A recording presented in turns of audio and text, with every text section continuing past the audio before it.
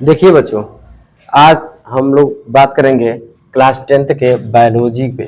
Class tenth का जो biology है उसका पहला चैप्टर क्या है? Life process. लाइफ प्रोसेस यानी जैव प्रक्रम।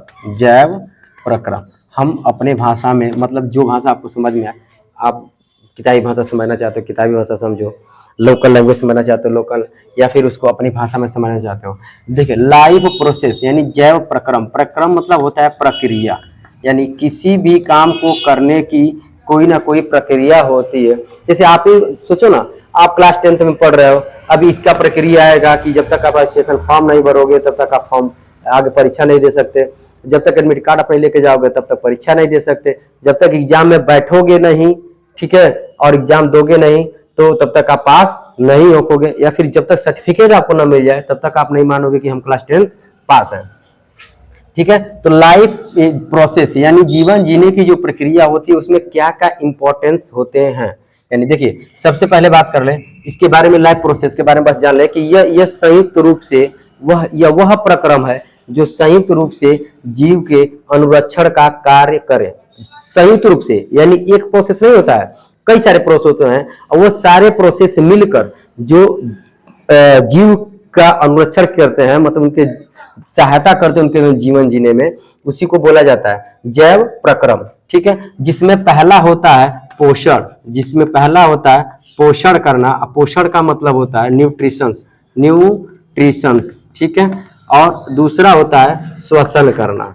ठीक है, दूसरा होता है श्वसन करना यानी रेस्पायरेशन। और तीसरा आता है वहन करना यानी ट्रांसपोर्टेशन। वहन करना यानी ट्रांसपोर्टेशन। ठीक है, ट्रांसपोर्टेशन। और चौथा होता है उत्सर्जन। ठीक है, देखिए अब मान लीजिए कि देखिए इसमें इंपॉर्टेंट क्यों क्यों है। क्या आपको ये लगता है कि जीवन जीने के लिए पोषण एकदम इंपॉर्टेंट है? क्या जीवन जीने के लिए श्वसन क्रिया आवश्यक नहीं है? क्या जीवन जीने के लिए वहन करना आवश्यक नहीं है? क्या जीवन जीने के लिए उत्सर्जन आवश्यक नहीं है? हम थोड़ा सा इसके बारे में डिटेल बात करेंगे, थोड़ा सा आप देखेंगे ध्यान से। आप मुझे बताइए, क्या अगर कोई जीव या जंतु पोषण करना यानी खाना खाना बंद कर दे, ऊर्जा लेना बंद कर दे, हमें ऊर्जा कहाँ से मिलती है? पोषण करते हैं तो। ठीक है, खाना खाते हैं, खाना वो खाते हैं, फिर उसे पचाते हैं, पचे हुए भोजन को अवशोषित करते हैं। ठीक है, अगर हम खाना खाना बंद कर दें, या फिर खाना ही छोड़िए ना, कुछ भी फल मूल दूध कुछ भी लेना बंद कर दें, तो क्या हमारी लाइफ पूरी होगी? नहीं होगी, खत्म हो जाएगी। ठीक है, तो हमारे लिए पोषण भी इंपॉर्टेंट है, पौधों के लिए भी इंपॉर्टेंट है, जीव जंतु यानी जितने भी हमारे वातावरण में जीव जंतु पादप है, सबके लिए पोषण आवश्यक है। उसके बाद सोचिए ना आप खुद ही कि अगर पोषण तो ले रहा है, वहन कर रहा है, उत्सर्जन भी कर रहा है, लेकिन सांस नहीं ले रहा है, श्वसन क्रिया नहीं कर रहा है, तो क्या जीवन संभव है? नहीं है। इसका मतलब ये भी आवश्यक है, अगर नहीं करेंगे तो, श्वसन नहीं करेंगे तो भी जीवन रुक जाएगा बीच में ही, अभी कुछ समय बाद खत्म हो जाएगा। उसके बाद वहन करना, मान लीजिए अब सोचिए आप कि हम खाना को खाएं, भोजन किए, पचाएं, अगर हम भोजन कर रहे हैं, जाके पेट में इकट्ठा हो रहा है और पूरे शरीर में नहीं जा रहा है, किसी के जीव जंतु की बात कर रहे हैं, पेड़ पौधे में चाहे किसी में भी नहीं जा रहा है, तो केवल पेट ही मोटा आएगा ना। अगर यहाँ से पूरे शरीर में नहीं जाएगा तो पूरे हाथ पतला का पतला रह जाएगा, पैर पतला रह जाएगा, बाकी शरीर पतले रह जाएंगे, और पेट दिन पे दिन क्या होगा? तोंदा होता जाएगा, ऐसे फूल जाएगा, फूलने बाद गुब्बारे की तरह फट जाएगा। ठीक है, तो वहन करना भी जरूरी है, अगर वहन नहीं होगा तो भी हम अपनी लाइफ को पूरी नहीं कर पाएंगे। उसके बाद बात करें उत्सर्जन की।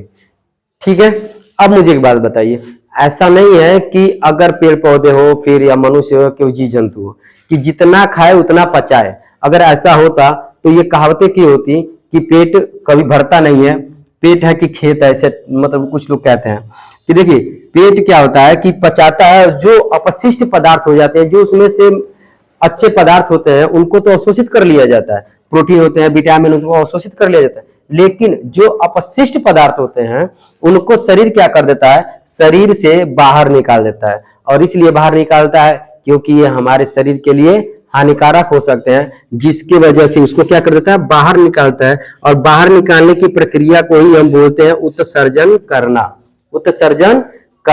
ठीक है, अगर उत्सर्जन नहीं होता है तो क्या होगा? केवल हम एक दिन खाएंगे, पेट भर जाएगा। जब तक उसको पचाया नहीं जाएगा शरीर, 2 दिन 4 दिन 5 दिन तक खाना ही नहीं खाएंगे, 10 दिन तक खाना ही नहीं खाएंगे। एक समय आएगा कि पूरा शरीर इतना मोटा हो जाएगा, उसके बाद हमको कभी खाने की जरूरत ही नहीं पड़ेगी, ठीक है, तो हम ये बंद कर देंगे। तो उत्सर्जन, कभी ऐसा होगा कि ज्यादा खा लेंगे तो भी क्या होगा, पेट फट जाएगा। फिर अपशिष्ट जो पदार्थ हमारे शरीर में है वो एक जहर के रूप में बन जाएंगे और हमारे शरीर को नुकसान पहुंचा देंगे। तो उत्सर्जन करना भी जरूरी है, ठीक है। तो यानी इसमें से कोई भी पार्ट्स ऐसा नहीं है जो हमारे शरीर के लिए या फिर किसी जीव जंतु के लिए इंपॉर्टेंट ना हो। यानी जितना भी है, पोषण की बात करें ये भी इंपॉर्टेंट है, श्वसन की बात करें ये भी इंपॉर्टेंट है, वहन की बात करें ये भी इंपॉर्टेंट है, उत्सर्जन की बात करें ये भी इंपॉर्टेंट है। अभी तुम केवल बेसिक तरीके से बात कर रहे हैं, इसके बाद हम लोग इसका नोट्स भी बनाएंगे और एकदम क्रम से इसको पढ़ेंगे, क्रम से पढ़ेंगे। अभी तो सिर्फ हम आपको बता रहे हैं कि इसमें पढ़ना क्या है, कैसे कैसे क्या होता है, ठीक है। देखिए, अब सबसे पहले आता है पोषण। पोषण 2 प्रकार के होते हैं, एक होता है स्वपोषी पोषण और दूसरा होता है विषम पोषी पोषण, ठीक है।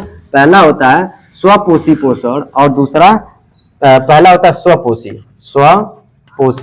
और दूसरा होता है विषम पोषी, ठीक है, विषम पोषी, ठीक है। देखिए, अब स्वपोषी जो अपना स्व मतलब स्वयं और विषम मतलब अलग, मतलब जो अपना भोजन स्वयं बनाते हो वो क्या कहलाता है, स्वपोषी। और जो अपना भोजन स्वयं न बनाकर किसी दूसरे जीव पर आश्रित होते हैं वो कहलाते हैं विषम पोषी, ठीक है। अब स्वपोषी में तो केवल प्रकाश संश्लेषण के द्वारा हरे पौधे जो अपना भोजन बनाते हैं, ठीक है, ये तो एक ही है। लेकिन विषम पोषी में कई प्रकार के होते हैं। जैसे एक होता है कि केवल जैसे मानव हो गए, अन्य जीव हो गए, वो किसी दूसरे पर आश्रित होते हैं। और दूसरा होता है कि जो किसी शरीर के यानी मरे हुए शरीर में रहकर, ठीक है, यानी किसी मरा हुआ जो जीव है, जैसे मान लीजिए कभी सड़क किनारे देखते हो कि कुत्ता मरा हो या फिर कोई जानवर मरे हुए हो, उनके शरीर में वो कुछ कीड़े उड़े हो जाते हैं, जबकि जीते जी उनके शरीर में नहीं होते हैं, लेकिन मर जाने के बाद ऑटोमेटिक उसमें आ जाते हैं और फिर उन पे आश्रित होकर वो अपने जीवन प्रोसेस पूरा करते हैं, यानी वो दूसरे पे आश्रित अपना भोजन ग्रहण करते हैं, ठीक है, यानी मरे हुए जीव से। तीसरा होता है जो किसी शरीर के किसी भी अन्य जीव के शरीर में रहते तो हैं, लेकिन उनको बिना कोई नुकसान पहुंचाए अपना भोजन उससे ग्रहण करते रहते हैं, ठीक है। तो ये भी कितने प्रकार के होते हैं, 3 प्रकार के। ये होते हैं 3 प्रकार के। जैसे पहला होता है प्राणी सम पोषण, यानी जो कुछ जीवों पर आश्रित हो उन पे, ठीक है। दूसरा होता है मृत जीवी पोषण, ठीक है। और तीसरा होता है परजीवी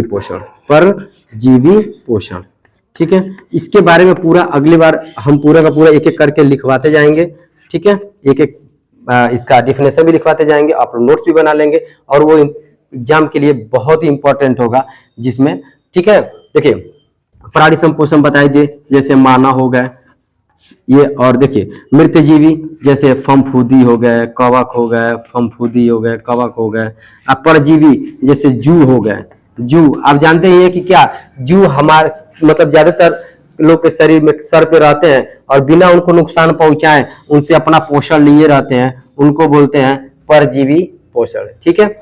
इसके बाद से इसमें जैसे जैसे प्रकाश संश्लेषण क्या होता है, प्रकाश संश्लेषण कहते हैं किसको है, इसमें अभिक्रिया कौन सी होती है, उसके लिए कच्ची सामग्री क्या लगती है, ये बात करेंगे, ठीक है। अब इस अगले वाले वीडियो में हम इसके बारे में पूरा डिटेल बातें करेंगे और आपको हम नोट्स भी बनवाते जाएंगे। बस आप वीडियो को लाइक, सब्सक्राइब और कमेंट जरूर कीजिएगा, जिनसे ये आपको सूचना मिलता रहे। जब भी हम वीडियो बनाएंगे आप पे सूचना चला जाएगा और आप उस वीडियो को समय से देख लेंगे, ठीक है।